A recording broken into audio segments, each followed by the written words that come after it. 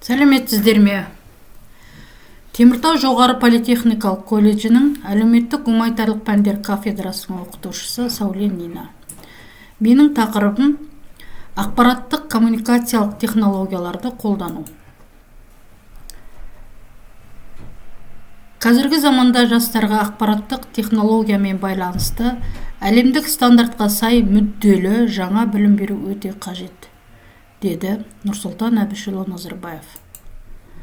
Мақсатым ақпараттық коммуникациялық технологияларды тиімді қолдану дағдыларын қалыптастыру, ақпараттық сауаттылығын дамыта отырып, әлеуметтік гуманитарлық пәндерді оқыту барысында бүгінгі заман талабына сай білім алушыларды ақпараттық қоғамға тәрбиелеу.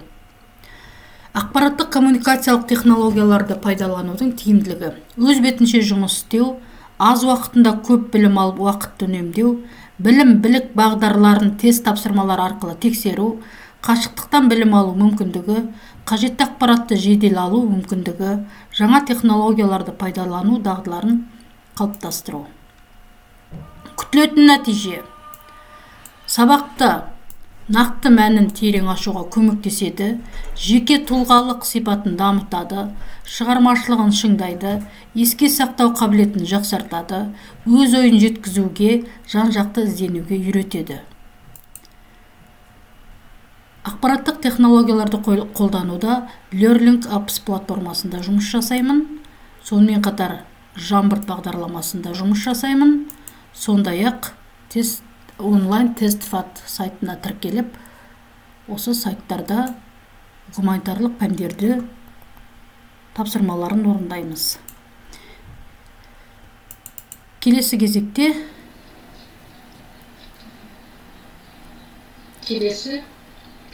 география пәні бойынша жаңа технология. Мен тағы да осы Learning Apps технологиясын пайдаланамын. Бұнда жаңағы алдыңғы парақта көрсетілгенде ұяшықтар берілген. Осы ұяшықтардың ішінде география пәніне байланысты ұяшық таңдаймын. Не қайда орналасқан ұяшығын таңдаймын. Осы ұяшықты таңдағаннан кейін мен саяси картамен жұмыс. Біз география пәнінде көбінесе не үшін саяси картасымен жұмыс істегендіктен мен мына жерде картинаны таңдап алдым. Картинаны таңдағанда саяси картаны таңдап алдым. Осы саяси карта бойынша кез келген елдерді студенттерге көрсету керек болады. Сол кезде мысалы Канаданы көрсетсем, бірінші сұрақ бойынша Канада, ақш, Бразилия мемлекеттері қайда орналасқанын студенттерден сұрау үшін мен осы ойын әдісін пайдаланамын.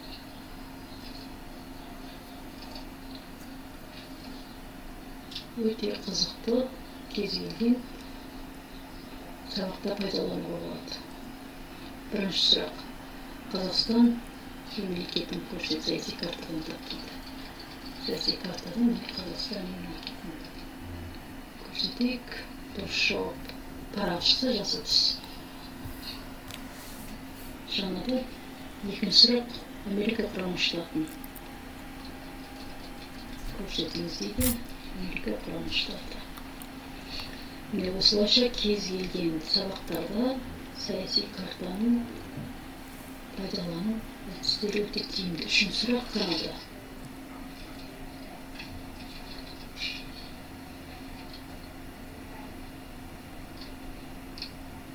Осылайша география пәнінде оқушылардың, студенттердің қызығушылықтарын,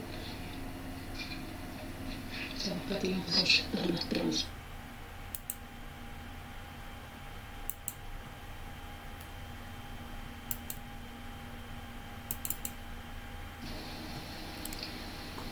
Тарих география пәндерінде мен онлайн тестфат технологиясын қолданамын.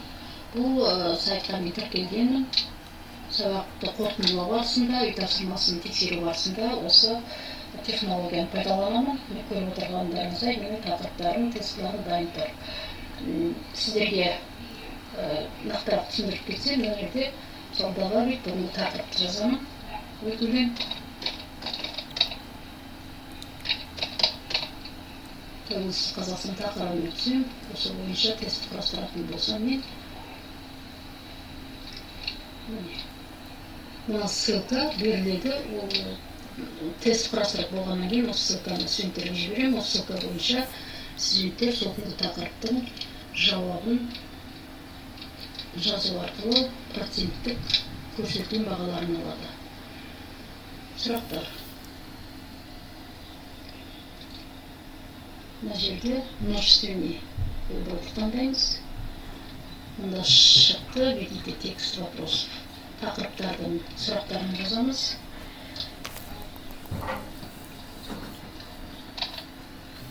Қазақстан Республикасы қай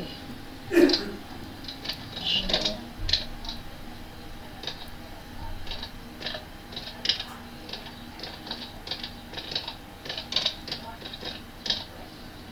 мен барлық сұрақты қазір жазып отырмайын, бүгін бір сұрақ қана түсінікті болу үшін жазып көрсетейін.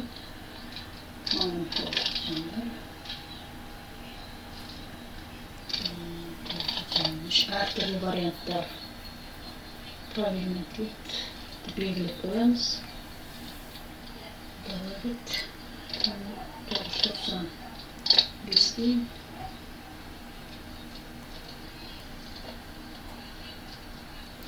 тағы керек болса тағы да қосуға болады 92. Осылай жаңа барлық сұрақтарды өтілген тақырыптардың сұрақтарын осылай 10 сұрақ болса 10 сұрақ, 20 сұрақ болса 20 сұрақты әрқайсысын осылай сохранить етіп отырамыз. Сохранить етіп болғаннан кейін жаңағы ссылкаға барлық ссылка дайын болады, сол ссылканы студенттерге жібереміз.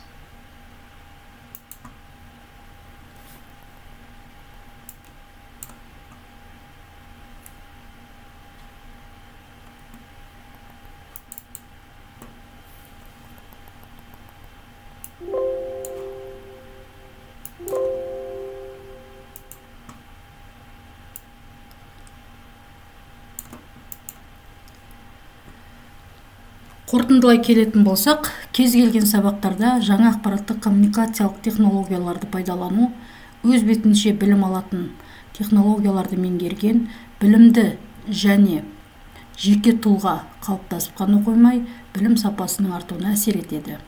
Жас ұрпаққа білім беруде инновациялық технологияларды пайдаланудың жетістіктері ұшан теңіз. Назарларыңызға рахмет. Сау болыңыздар.